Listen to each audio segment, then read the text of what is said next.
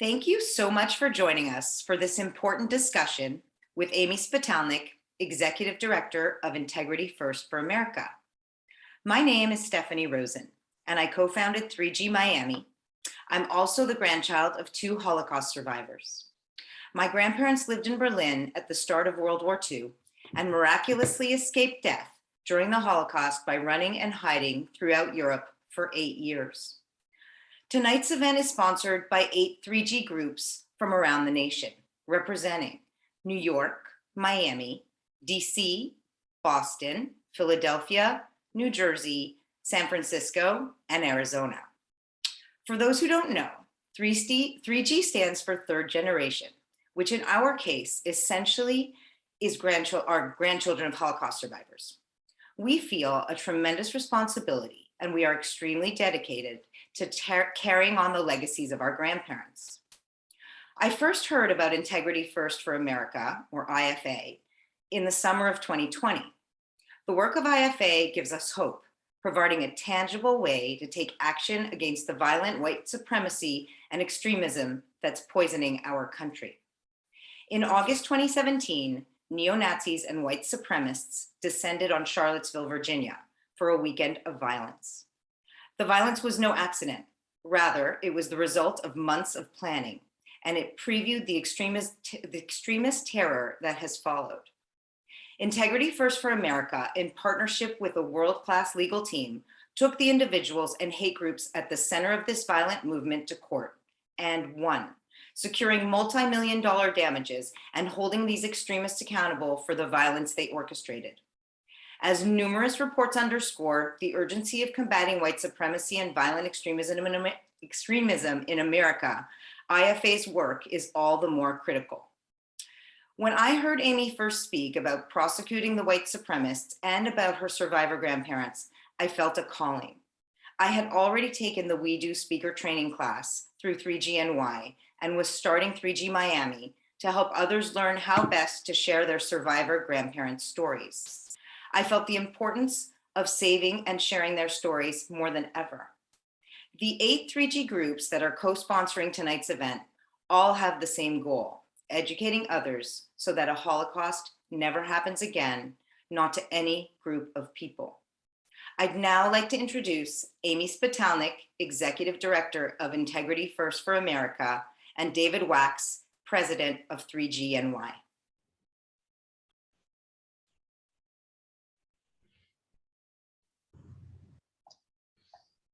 How's it going? Welcome again, Amy. Thank you so much for joining us. I'm sure you're excited to talk about the trial, but before, I would like to ask you some questions about being a 3G. So let's begin. When did you first learn that your grandparents were Holocaust survivors? Well, first, thank you all so much for being here. I think I do a lot of events, and this one is very personally meaningful as a 3G myself. And so I'm really grateful to Stephanie and you, David, and Courtney for making this happen, and to everyone for taking time out of their very busy lives to come learn about our work. So I can't remember a time when I didn't know that my grandparents had survived the Holocaust. It was always part of the stories my family told. But I also know that my grandparents themselves, both maternal grandparents, survived the Holocaust. My grandmother in particular never really wanted to talk much about her experience, and it was more relayed to me through my mom.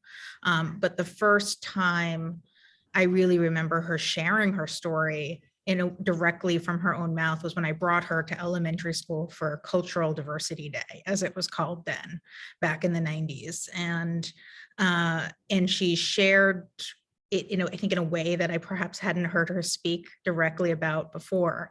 Her own story, she and her sisters and her niece and nephew spent the whole war effectively fleeing the Nazis. At one point, they were captured and put on a train, presumably to a camp, and they actually were saved by a raid of that train by resistance fighters, and spent the rest of the war running. My grandmother hid under a porch as her sisters were murdered down the road. And ultimately, she and her aunt survived partially by hiding at a non-Jewish woman's home. And she reunited with my grandfather, who survived the war by serving in the Russian army at a displaced persons camp afterwards. They had been friends before the war and reconnected at the displaced persons camp. And so their stories are not unique. I'm sure many people here have stories much like that in their families, or other horrors that their grandparents or other family members survived or did not. But the fact that this was part of my family's history was always there, looming in the back of my mind, and just sort of a part of my identity for as long as I could remember. Certainly it didn't feel as timely and relevant as it does in the moment we're in, sadly. You started off saying they never talked about it, and then you just told us everything. So how did you learn about it? Was it just from that day, or were you able to ask questions afterwards, or your parents taught you the pieces to put together? Yeah, I think, my mom really made a point of relaying what she knew of their stories to me. And certainly over the course, I lost my grandparents, my grandfather when I was in 6th grade, my grandmother when I was in 10th grade. But over the course of my childhood, deliberately, tried to learn as much from them as possible. Growing up, I think rather my mom probably was very deliberate in making sure I could sort of glean as much from them as possible. I think our biggest regret as a family is that we didn't have them actually sit down and record their stories through either the Holocaust Museum or some of the other programs that do that.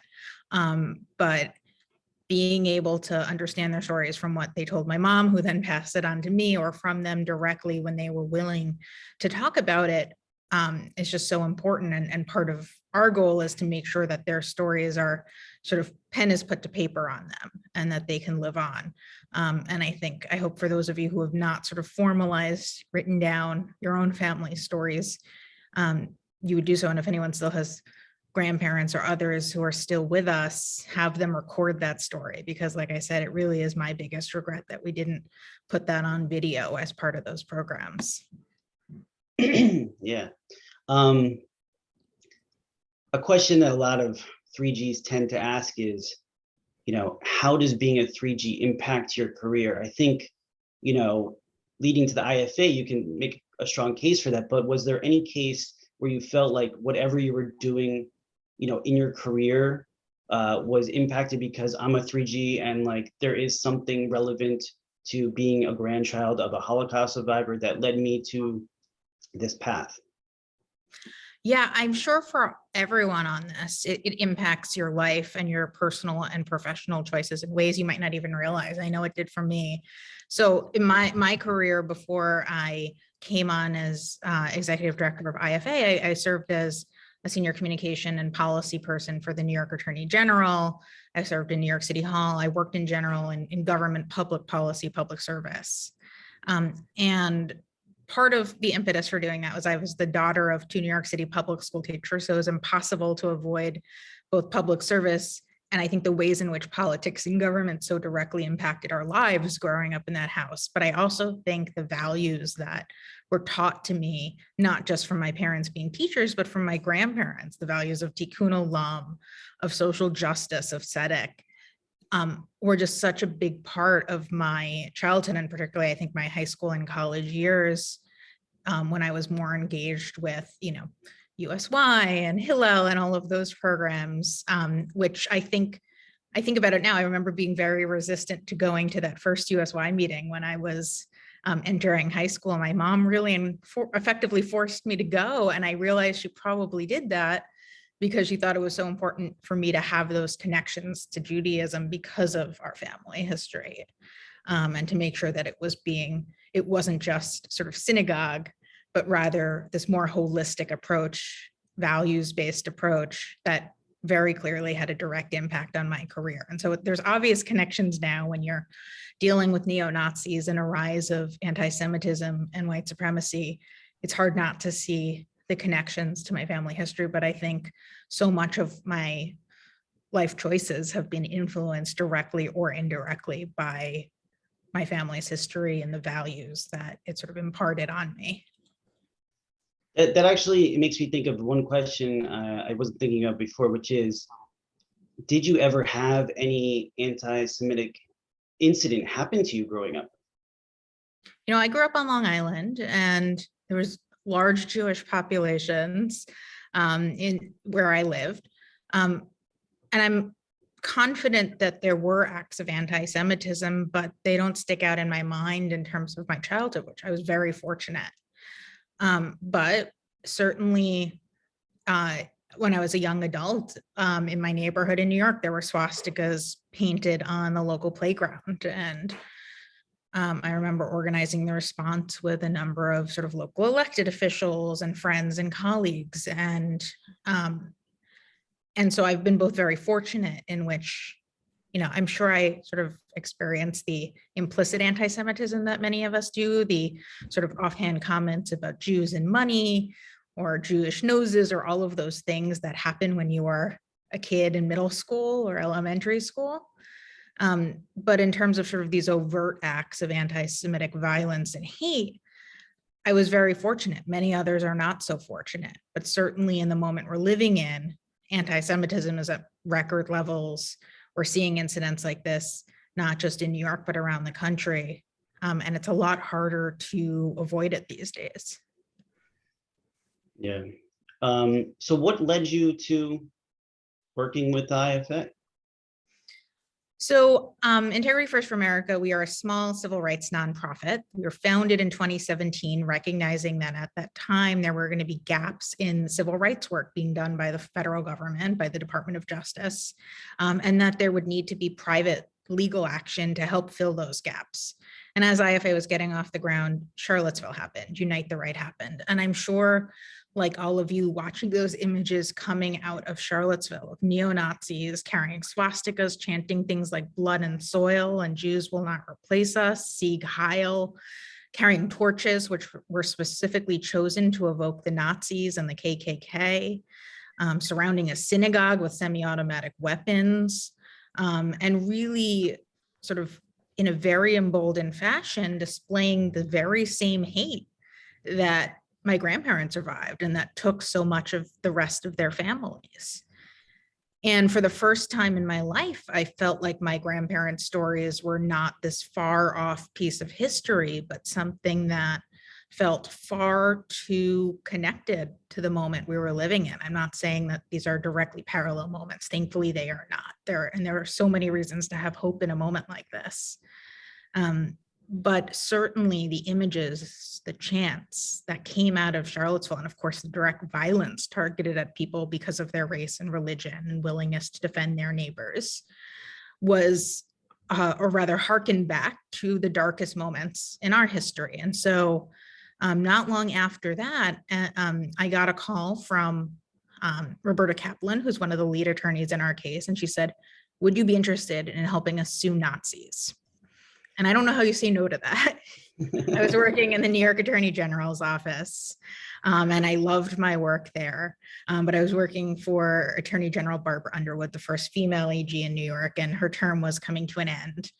And it just seemed like the perfect confluence of events. I don't know if there, I don't know if I believe in there being sort of a perfect, like, karmic confluence of things coming together. But if I did believe in that, certainly that's what happened here. And so I was very fortunate. I came on as executive director of this organization whose role has really been to spearhead and organize this case. We work hand in hand with an incredible legal team led by Robbie and by Karen Dunn. It's particularly wonderful to work with a women-led team, and particularly a number of Jewish women at that. Of course, there are also men, including Jewish men, on our team, and they are fantastic as well. We have an incredible team all around, of all different backgrounds. But for the last 3+ years, I've been really focused on this case and the broader themes that it raises, how we, at a moment of anti-Semitism, of white supremacy, of extremism reaching record levels, how we hold these extremists accountable and take action. And so it's been really some of the most meaningful work of my, not just professional life, but I think my sort of my whole life, in that I can't think of something more important to be doing in this moment. And I feel so honored and lucky to get to be a part of it. I also wish it weren't necessary. I wish we didn't live in a world where we had to sue Nazis, where they were so emboldened, so empowered that these neo-Nazis and white supremacists were out there terrorizing our cities and our synagogues and our mosques and Sikh temples and churches and all the other places that they've attacked in recent years. But that is unfortunately the world we're living in right now. And being able to be in a place where you can do something about it has felt incredibly meaningful. So Integrity First for America came directly out of the events of Charlottesville, which you kind of just touched upon, like what it was actually occurring there. So can you talk about like the actual case and like what were like, what's like the direct case about, you know? So the basic idea behind this case is that what happened, and the jury thankfully agreed with this in that a month and a half, we got the verdict in our case after a 4-week trial, and we won. So I no longer have to talk about these as simply allegations. The jury actually affirmed these allegations in their verdict, and that's really heartening. But the basic gist is that what happened 4 years ago in Charlottesville was no accident. Rather, it was planned meticulously in advance. It was a conspiracy. And that is precisely what the defendants were found liable for by the jury. Of course, there was the Tiki Torch March that I mentioned that I think we all remember so well, in which these Nazis with torches chanting things like "Jews will not replace us" surrounded a small group of peaceful UVA students and other community members who had been protesting white supremacy on their college campus, and beat them, punched them, threw fuel and lit torches at them. 2 of our plaintiffs were there that evening, and one, an African-American undergrad at the time, said he thought he was going to die. And then, of course, the next day, we all know the car attack that's sort of seared in people's memories. It killed Heather Heyer, injured so many, including so many of our plaintiffs who you see in that iconic Pulitzer photo of the car going through the crowd. You see our plaintiff, Marcus Martin, the Black man sort of sprawled across the back of the car in red sneakers. His then fiance, Marissa, who he had pushed out of the way. People like Thomas Baker, who were directly hit, Natalie Romero, whose skull was fractured in the attack, all plaintiffs in our case. But also what people may not know as much about is the fact that it was truly a day and a weekend of violence. It was a Shabbat. So the synagogue in downtown Charlottesville, the only synagogue in all of Charlottesville, was surrounded by neo-Nazis with semi-automatic weapons who were out there chanting Sieg Heil and talking in their online chats about torching those Jewish monsters. And the detail that always gets me is that the synagogue was home to a Torah scroll saved from Nazi Germany decades ago. And that in 2017, that scroll was once again under Nazi threat here in America is just gut-wrenching to me. And getting to go to that synagogue for Shabbat services during the trial was one of the most special, I think, moments that all of us had during this whole experience because of how targeted they were. And because of how proud and strong that congregation remains. But of course, also these extremists charged a line of interfaith clergy who had been peacefully walking, protesting white supremacy. And of course, the day culminated in the car attack. And so as we laid out in court and as our lawsuit details, none of that was an accident. Rather, it was planned meticulously on social media, largely on a site called Discord that some of you might use yourself to communicate if you play video games or otherwise. And of course, a number of other social media sites from Facebook, Twitter, et cetera, text messages, in-person meetings, phone calls, you name it. The level of detailed planning that went into this is really stunning, down to discussions of whether they could hit protesters with cars and claim self-defense, which is of course precisely what happened. And so the jury agreed with our plaintiffs that this was no accident, that this was a conspiracy, and that Richard Spencer, Chris Cantwell, a number of neo-Nazi groups like National Socialist Movement, altogether 24 defendants have been found liable, 17 in court, and 7 of them through default judgments, which means that they were found liable before trial simply because they didn't even participate in the litigation. So every single defendant is liable for that conspiracy. For conspiring to engage in violence. Some were also found liable specifically for racist, ethnic, and intimidation and harassment, particularly related to the Tiki Torch March on Friday night. And James Fields, who drove the car, was also found liable for a number of other claims. Altogether, the verdict was well over $26 million in punitive and compensatory damages awarded to our plaintiffs. What does that mean though? The 26 million, like what does the outcome really mean? Yeah. So what it means in theory is that the jury says these defendants, both individually and together, depending on the specific claim, are responsible for paying our plaintiffs over $26 million. Compensatory damages are specifically damages awarded to compensate plaintiffs for the injuries they sustained. Marcus, who broke his leg and his ankle and still suffers the impacts today. He can't play basketball and other things that were sort of so core to his day-to-day life before the attack. Natalie, whose skull was fractured and she's still living with the fallout. So many of them not just having physical injuries, but emotional injuries. Were they all in court? They all were in court. These people are truly the most courageous individuals I know. They chose to relive the most horrific days of their lives, the most horrific moments, literally sitting on the stand, testifying about what they experienced, in some cases being cross-examined directly by the neo-Nazis who attacked them, because some of these defendants represented themselves. And their courage to sit there and stare Richard Spencer and Chris Cantwell and these other neo-Nazis in the eye and speak to what they survived in order to hold these extremists accountable, I think is just so incredible. And when they weren't testifying, it was both incredibly meaningful and frankly, emotionally hard for all of us. I watched the trial with all of them and sitting there day in and day out, hearing the hate, the anti-Semitism, the Holocaust jokes they were making on the stand, the N-word that they were using in open court, come out of these neo-Nazis' mouths while sitting next to the people they had attacked, is an experience I will never forget. And it just, I think, affirmed how courageous these people are for choosing to sit through that, to relive this horror in order to hold them accountable. All right, so I have two questions based on that one. So first is, what else, like, was this surprising to you? Did you get into court and were you like, I'm going to expect this, that they're going to say these types of words? I was on another, Zoom call where, they were using other like really words I haven't heard in over a decade, right? So was this surprising to you? All of us on our team have been steeped in this hate for years now, and still it was shocking. I think we went into this expecting this, and even with that, it was horrifying. And what we now know, one of the defense attorneys actually said this after the verdict, is that it was a deliberate strategy. They specifically wanted to desensitize the jury to anti-Semitism, to racism, to hate, to extremism.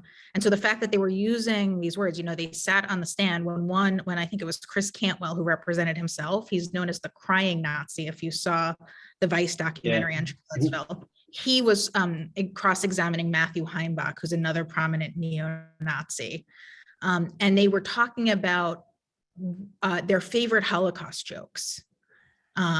And they were doing this in a way deliberately to make it seem like it's okay, that it is okay to joke about the Holocaust. And of course, I think Chris Cantwell also gets up to cross-examine one of our expert witnesses, Deborah Lipstadt, who I'm sure many of you know, one of the preeminent Holocaust and anti-Semitism scholars, and President Biden's nominee as anti-Semitism envoy.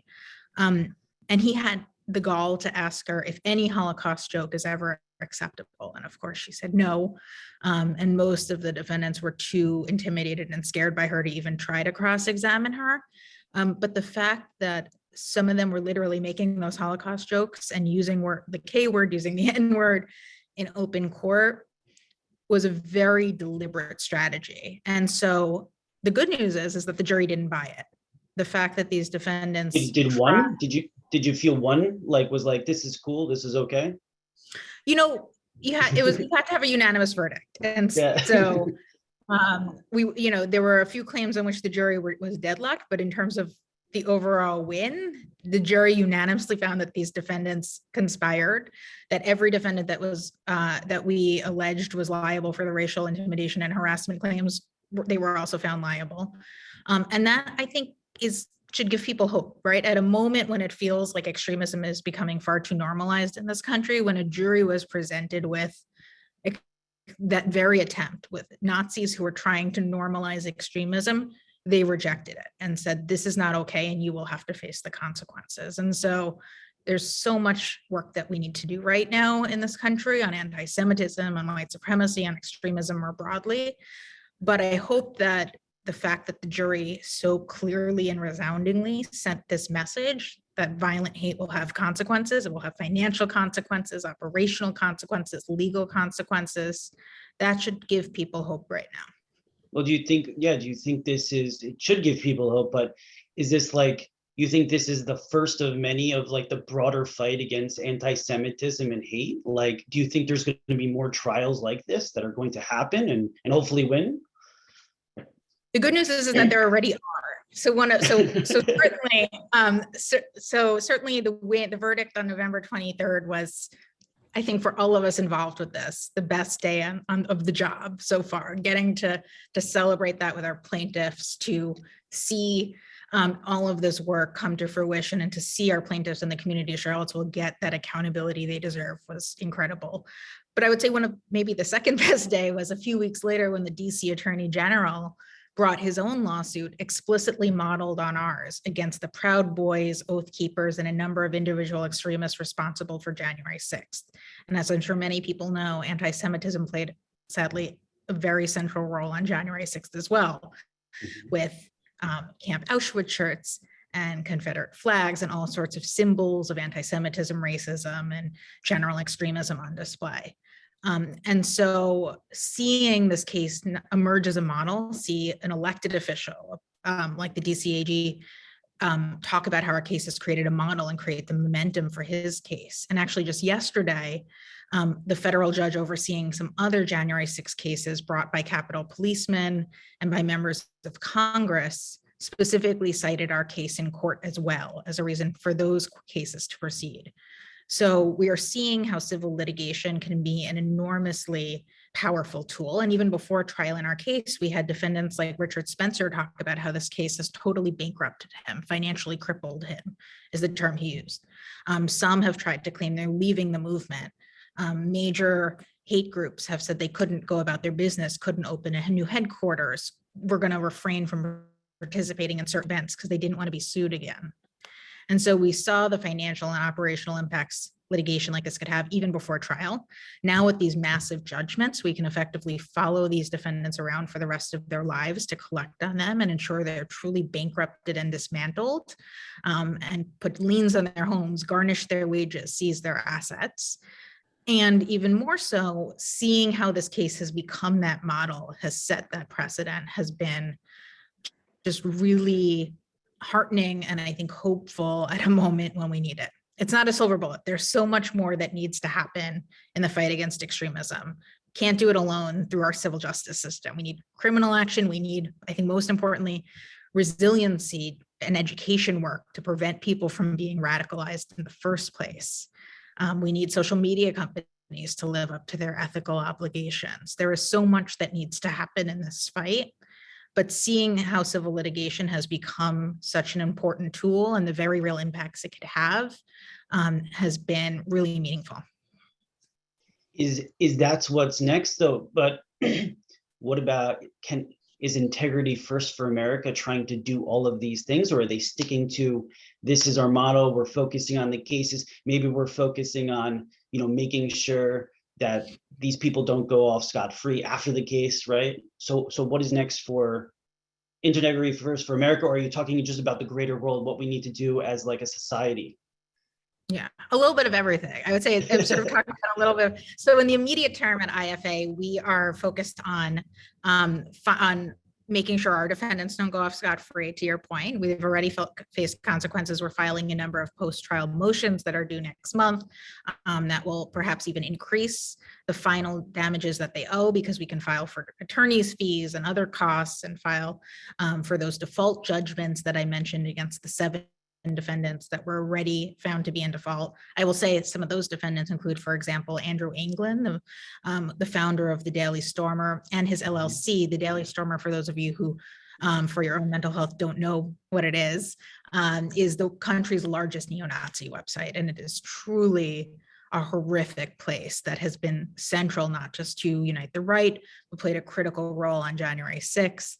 and otherwise has really inspired and encouraged a lot of anti-Semitic and white supremacist violence in this country. And so the fact that they are liable and that we will be pursuing those judgments against them is part of the next step, following these defendants around, as I said, to collect on this. We want to make sure those systems are in place, but also we are continuing to partner with others who are bringing their cases, like the DCAG and the organizations working with him.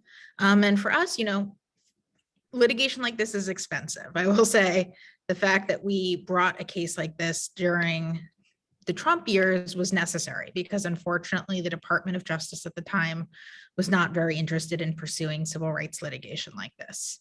It's a different ballgame now. We have a DOJ that's actively pursuing extremism. Just today, they launched a unit on domestic terror, and that's great news. But there's still an important role for civil litigation. In an ideal world, I would love to see more government officials do what the DCAG did because it's so expensive for private plaintiffs to do this.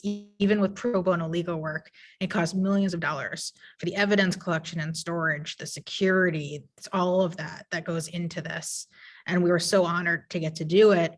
But bringing case after case after case as private plaintiffs is not necessarily sustainable, partially because there is a really important role for government here. And so making sure that it's not just private plaintiffs like ours, but also government officials, as the DCAG illustrated a few weeks ago, is also really important.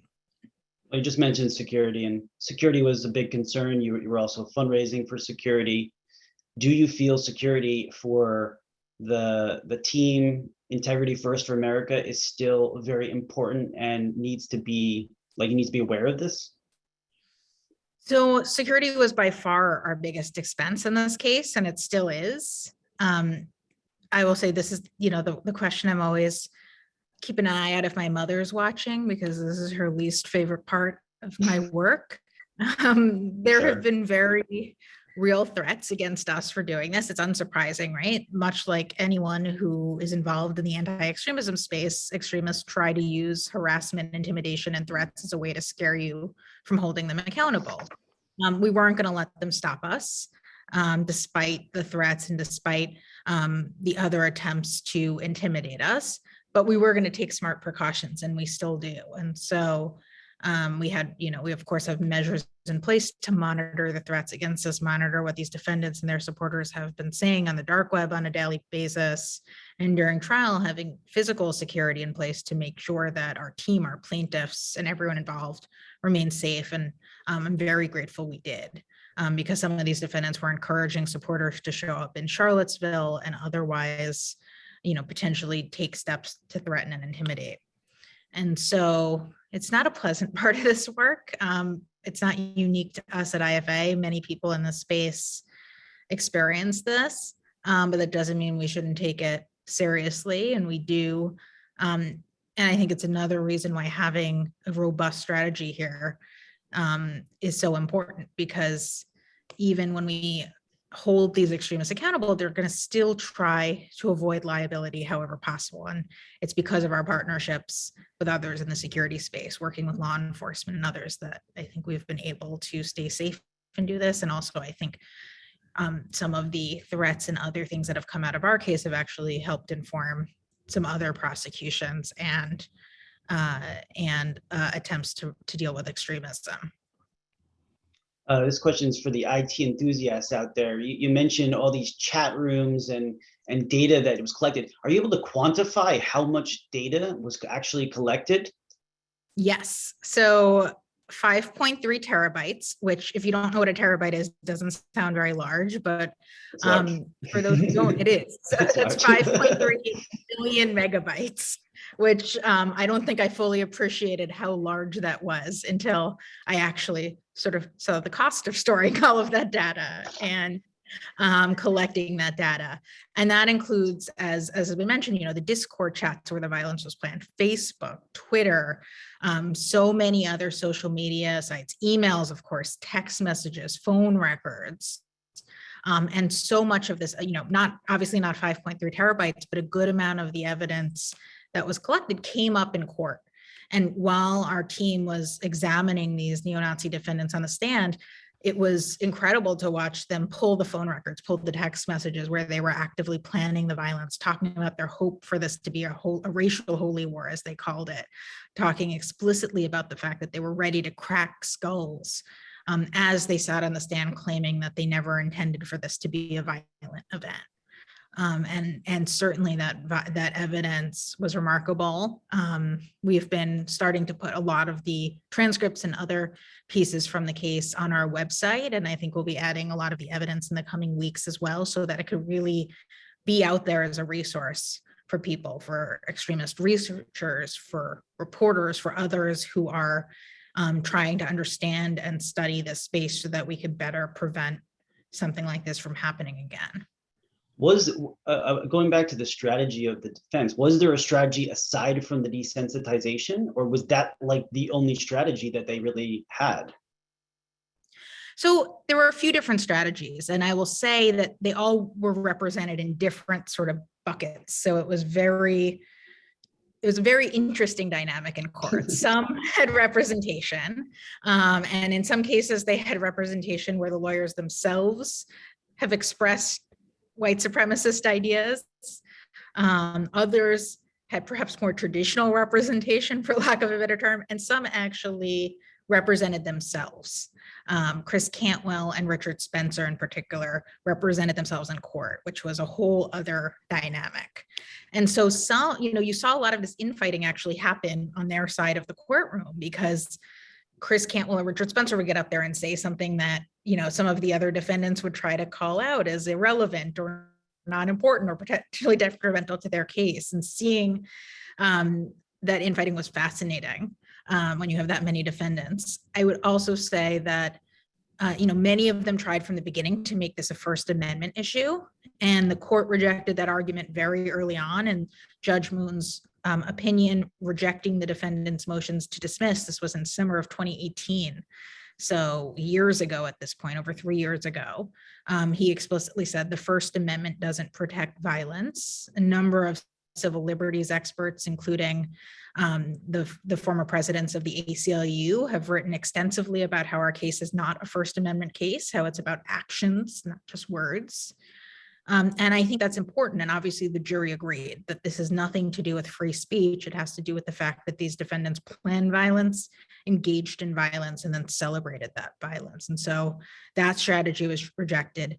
And the other strategy that many of them used, that we deliberately had an expert witness testify about, was this idea that they were simply joking. And we hear this a lot when it comes to anti-Semitism, extremism, white supremacy in this country. There's always people who say they were simply joking when they called for attacks on Jews or Black people or anything like that. And the defendants would get up there and say, we were just joking about hitting protesters with cars. We didn't mean it. How would we know that James Field would then go and do that? And we had Pete Simi, a fantastic expert on white supremacy, who in conjunction with Kathy Blee wrote a brilliant report that you could read on our website. And Pete then testified to this idea of plausible deniability, how Nazis and other extremists deliberately use this idea of, I was just joking, to try to avoid accountability for the violence that they encourage and incite. And of course, the jury did not buy the defendants' claims that they were just joking either, and found every single one of them liable. And I think that's important, not just for the case, but because the trial really helped expose these tactics that extremists use. This idea of plausible deniability, the way that they use optics and things that they say in public versus things they say behind the scenes when they think no one is listening. And getting those tactics out there for the world to understand, for the media to understand, was a really important impact of this trial that sort of goes beyond the simple verdict.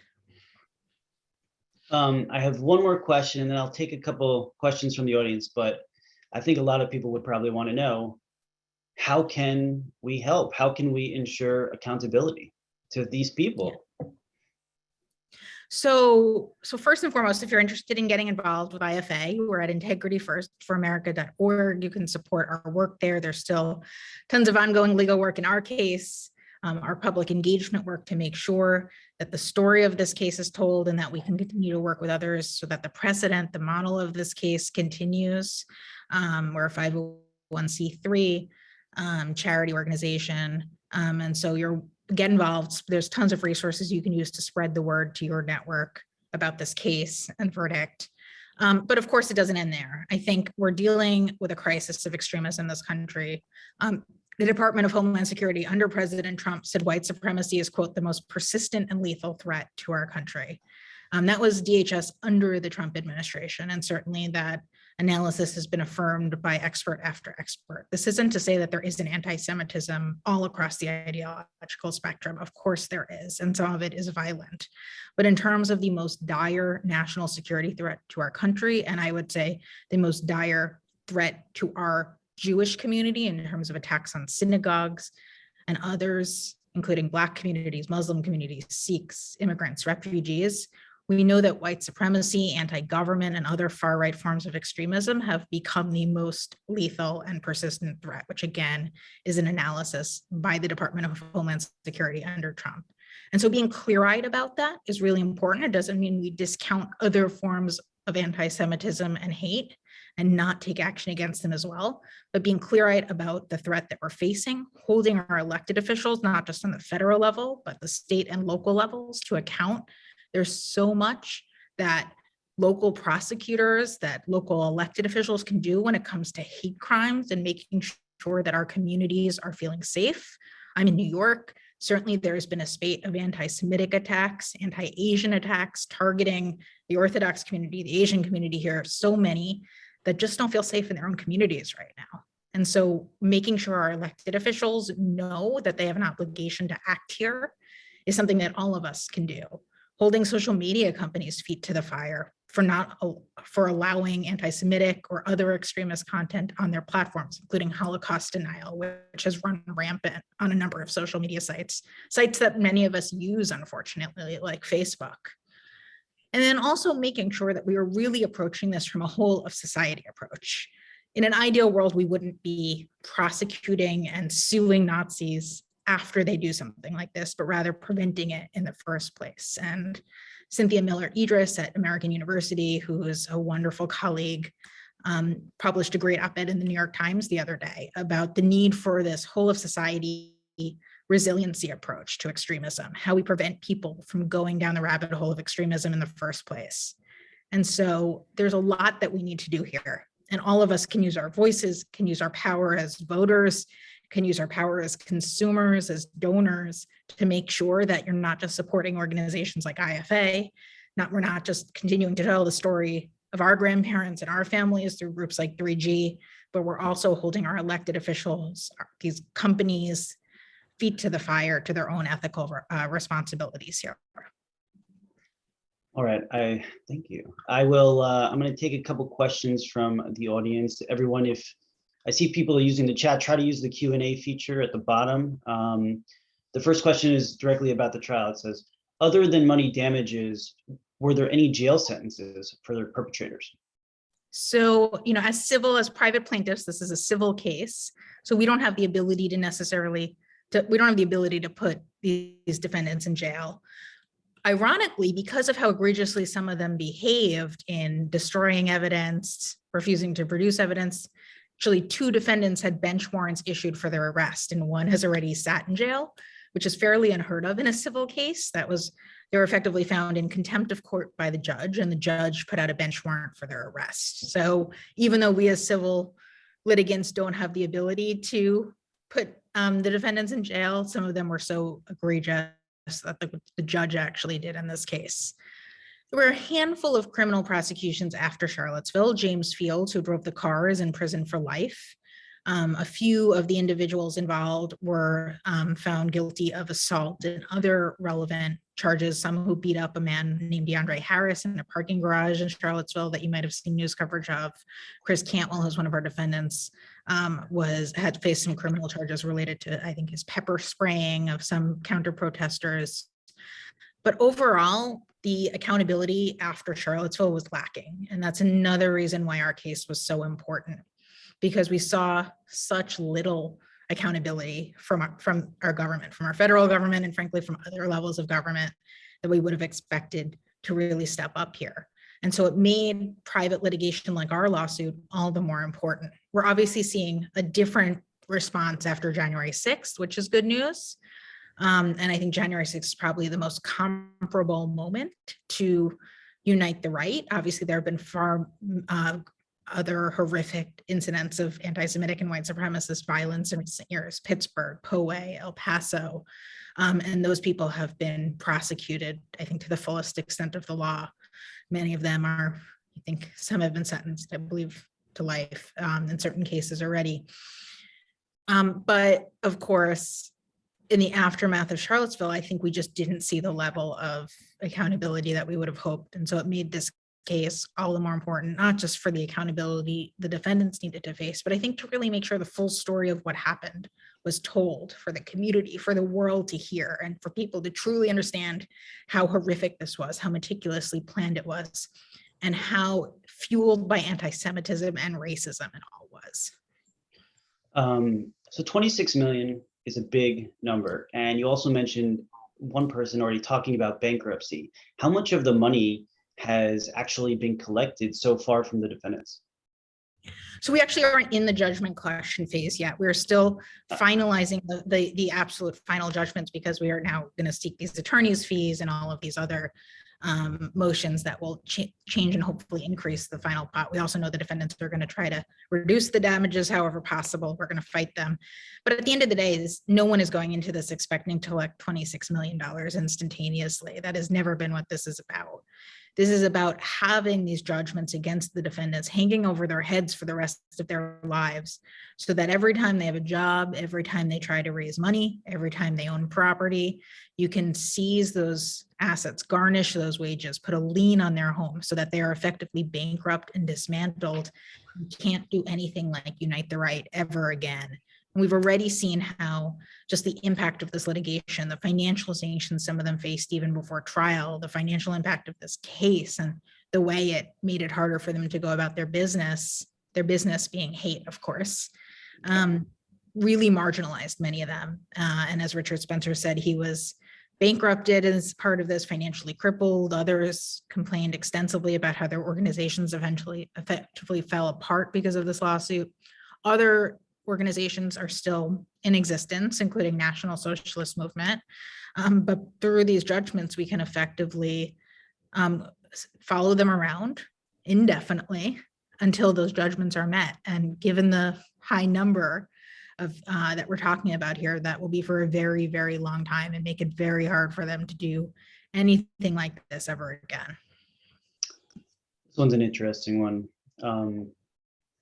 I heard a concern raised that this trial gave the neo-Nazis a public platform to brag to their followers, to consolidate their followers, to reach out to potential followers, and to become martyrs for their cause. They don't care about the consequences, they are bragging. How do you respond to that? This is what I was alluding to earlier with the desensitization. This was, there were 3 trials actually happening at the same time. Our trial, the Rittenhouse trial, and the Ahmaud Arbery trial. And those 2 trials, the Arbery and the Rittenhouse trials, were actually happening in state court where you could have video cameras in the court. Our case was in federal court, which does not allow video cameras. So anyone who was actually listening to the day of trial had to do so through an audio line that they could dial into. The courtroom itself was closed to non-parties. There were media who were in there.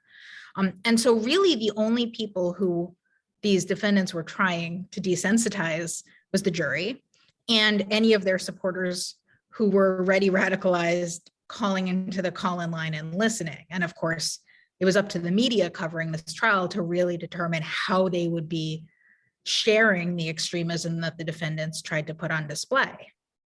And I think the vast majority of reporters actually covered this trial quite responsibly. There are still some news outlets that like to give platforms to extremism.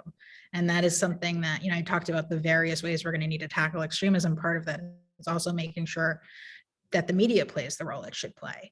We don't need to put neo-Nazis on national TV. We can talk about their extremism without giving them a megaphone, without giving them a platform. And I think the vast majority of reporters who covered this trial did so quite responsibly and didn't allow the defendants to create the platforms for themselves that they hoped to through this trial.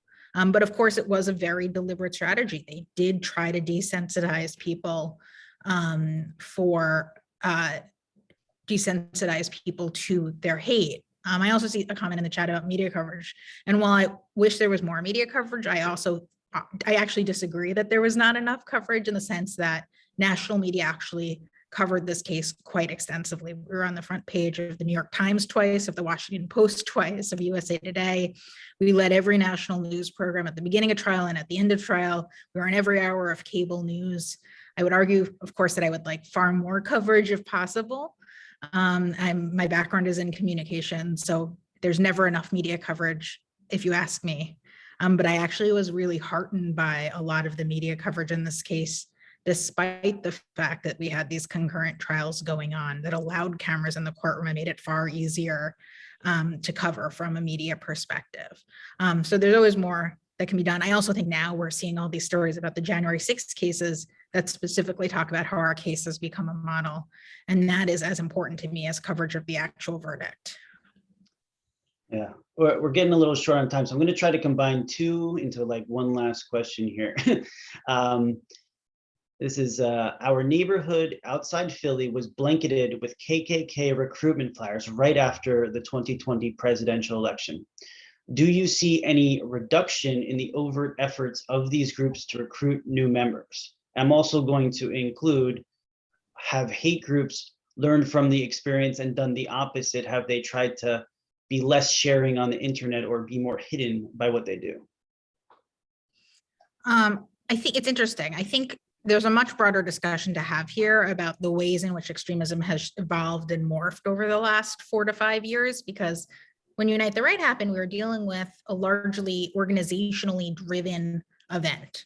It was an event where most people who showed up there were affiliated with some sort of hate group or extremist organization, a militia group or something like that. Certainly January 6th had a number of people who were directly affiliated with hate groups or militias, but we also saw far more people there who were just individuals, people who could literally be your next door neighbor, who were radicalized online in one of these Facebook groups or on a site like the Donald, and just showed up without any specific affiliation with a hate group. And that has really shown how extremism has morphed, how we've gone from a far more organizational structure to a normalization of extremism. We see this, of course, as well, the ways in which anti-Semitic conspiracy theories like the Great Replacement have gotten increasingly normalized on primetime Fox News or among certain elected officials, how school board meetings, public health officials, election officials have become the targets of local extremism around this country. So it's gone from sort of this organizational approach to a far more normalized, almost individual approach. And that's important because one, hate groups are seeing the consequences like this. Two, our lawsuit and some of these January 6th cases do go after individuals. And I think that's important given the trends that we're seeing here.